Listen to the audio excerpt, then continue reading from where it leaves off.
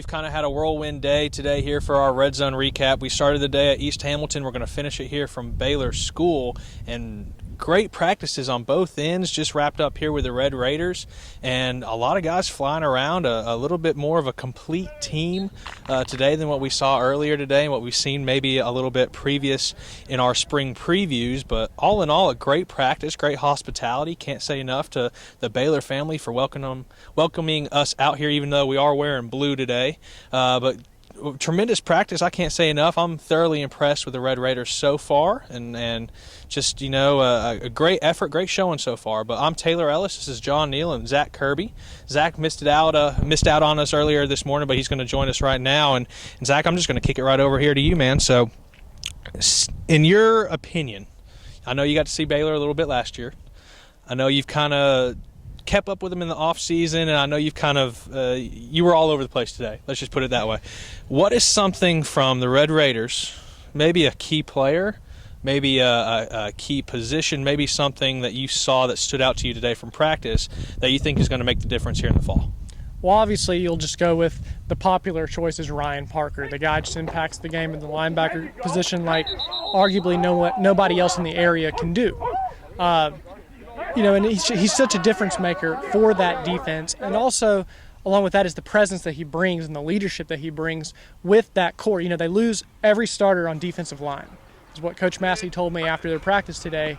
And so having a Parker, Ryan Parker, player like him, being able to call, different signals and being able to be a leader for, any of those underclassmen that are going to be stepping into that role, that's going to be huge for them. And that's one main takeaway that I saw from him, is that they used him as an example, kind of as the focal point for what the underclassmen need to do during these spring practices. Sure. And John, I'm going to swing right over here to you. So Zach kind of keyed on the defensive side of the football, the quarterback of the defense, if you will, and Ryan Parker. Now, everybody knows at this point, Mr. Football, Mr. Nick Tiano himself, he's down in Mississippi State now, or he will be here shortly, and we're going to be looking at a little bit of a different kind of type of quarterback this upcoming season, maybe a little bit different kind of, keys to the offense, maybe a little bit different style of play calling.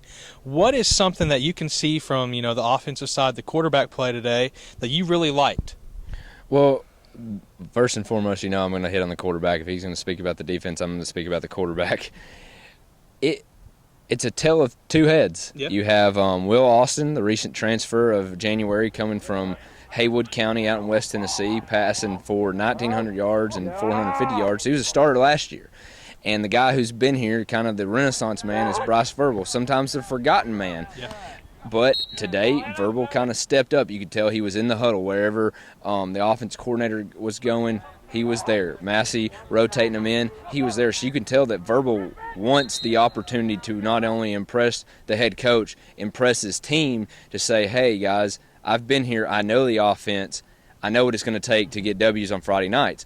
Austin's a different type of player than you saw from Nick Tiano. He is bigger than Verbal. He's 6'2", 205. Got a little bit more production, so he's seen it, but he hasn't seen Division II ball. Yeah. And that's something you can tell even playing with a Ulysses Strotter back here in the back end of that defense. Defensive backs get there a little bit quicker than they do in West Tennessee and Haywood County. Not, harping on anybody that Haywood County plays. It's just a different type of ball here. Right. And as you could see last year, coming here multiple times, they knew what they had. But it seems like the coaches have turned it up a notch. They're challenging players. They know the expectations are there. Many people forget this team was one game away, 2 points away, one drive, nearly one pass from being in the state championship game, and NBA beat them, ended up winning the state championship for Division II AA.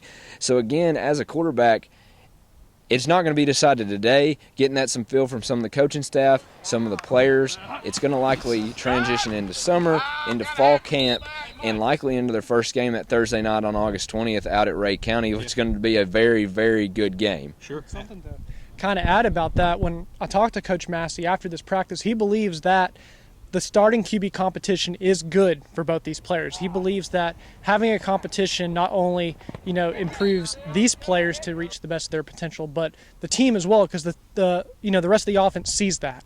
And so he thinks that's very important, that there actually is a competition. He believes it's actually a positive for this team.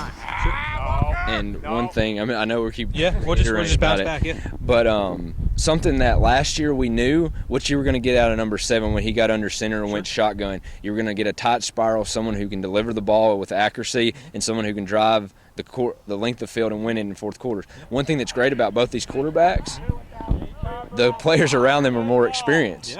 You have Adrian Harris in the backfield, Calvin Watts in the backfield, Gabe Upshaw, one of the most, or maybe the best possession receiver out wide for them, Adrian Harris, who can split out wide, and then you have some of the young guys who are stepping up. So they're not alone in this. We don't want to, capture that it's going to be one on the shoulders of 16 or 8 come the fall, because as we were speaking about a complete team, some of these players that have come back and got more experience, they look better and they look more confident, which is going to help them as well, so they don't feel all that pressure to win on Friday night. Sure, and John, I'm going to steal like what you said here, talking about one of those players that looks like he put on 20 pounds of sexy in the offseason is Gage Upshaw. I mean, man, this kid looks big. He's, played receiver, played a little bit of quarterback last year, played some defensive back, moved him into outside linebacker now, I believe, and he's going to be somebody that, when talking to, I mean, you're going to be looking for this kid every play. If you're not looking for Ryan Parker, you're going to be looking for Gage Upshaw because they're going to be right there on every tackle. So what is something, both of you guys, I'm going to key right over here to Zach, what's something that you can see for maybe some players in some different positions, specifically maybe a Gage Upshaw or some guys that are stepping up here? What is something that you think will be a success or a key to success for the Baylor Red Raiders here come fall? I think one key success that Baylor will have is utilizing Gage Upshaw's size. He's very big for his position, and he's able – you can just tell by the way he runs routes, he's able to seal, his route and kind of seal players. No one's going to move him. Yeah. And I really think having a bigger receiver like that, really – ultimately helps spread the field for you, because you can do the small passes to him because you know what you're going to get because he's so big and no one's going to be able to move him. But then, that gives you an opportunity to go deep later. And so I really think that Gage Upshaw and the fact that he's bigger than a lot of receivers in the area is going to be very crucial for this team. Sure. And John, same question. What's something you can see that will maybe be a success, maybe from a player aspect or, something in particular that can propel this team forward? To kind of reiterate what Ryan or what Zach was saying was, like Gage Upshaw, he might not dominate one category, but he's going to dominate multiple categories. I don't know completely what Coach Massey wants to run in the fall. Yeah. It's all determined on how some players develop. But I'd move him down to fullback, open up some holes, put him out at tight end, put him in the slot, put him outside, try to utilize his skill set to maximize it. We were talking, sometimes you see coaches around here not maximize players' potential because they kind of they get caught up in the game and play calling and preparing for that next game. But Gage is someone like that that can continue to help you in multiple ways. He's a team guy. I mean, he brought the whole wide receiver crew in and was like, pick up a ball when you get out here. He's a leader. You can tell he's grasped that role. But one guy that I really like to talk about that I see could be benefit for everybody, and that's something that not many people might know, is Isaiah Strotter. We talked about Ulysses Strotter at safety. His brother Ulysses was giving him some praise, talking about Isaiah's flipped a switch. You got a nose tackle that can occupy multiple gaps in the offensive line, and you let 15 kind of roam a little bit, and then Ulysses behind him. You're talking about no defensive starters coming back on the defensive line. Well, if one picks up the slack of 4, that's not a problem. Yeah, where could this team be come late October when they get into district play or region play for that matter, playing some of those bigger schools, a Brentwood Academy, an MBA. Yeah. I know they're worried about that, the boys in blue always. But I like Isaiah Strotter, what we saw from him today, just physically, and all of them just – you could see the excitement here at Baylor. I'm getting excited because they were getting after it, and you could see this team as we know how good they were last year and how well coached they are. Yeah.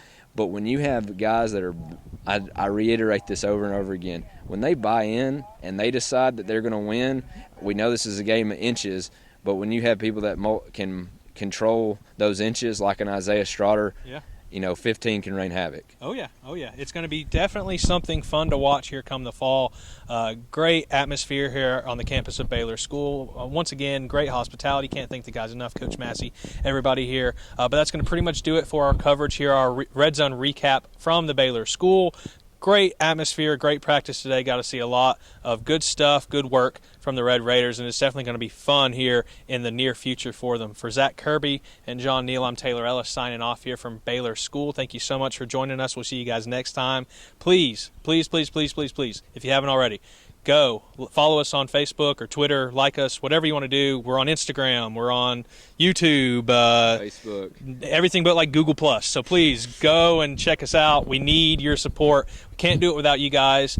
Literally, we're out here every day because of your support, because of you guys. So thank you so much for joining us. Once again, for Zach Kirby and John Neal, Ryan McCoy, who's out getting smarter right now. He couldn't join us today. He was with us earlier today. But I'm Taylor Ellis signing off from Baylor School. Thank you guys so much, and we'll see you next time.